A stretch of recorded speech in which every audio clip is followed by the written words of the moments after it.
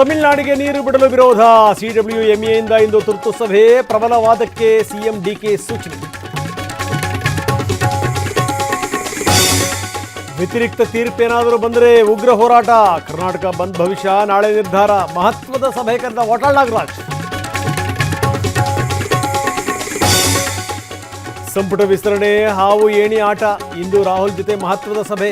ಪಟ್ಟಿಗೆ ಓಕೆ ಅಂದರೆ ನಾಳೆನೇ ಪ್ರಮಾಣ. ಪರೀಕ್ಷಾ ಅಕ್ರಮ ತಡೆ ತಿದ್ದುಪಡಿ ವಿಧೇಯಕ ಪಾಸ್. ಇಂದಿನಿಂದ ಸಂಸತ್ನಲ್ಲಿ ಚರ್ಚೆ. ಲೋಕಸಭೆ ರಾಜ್ಯಸಭೆಯಲ್ಲಿ ಗದ್ದಲ ಸಾಧ್ಯತೆ.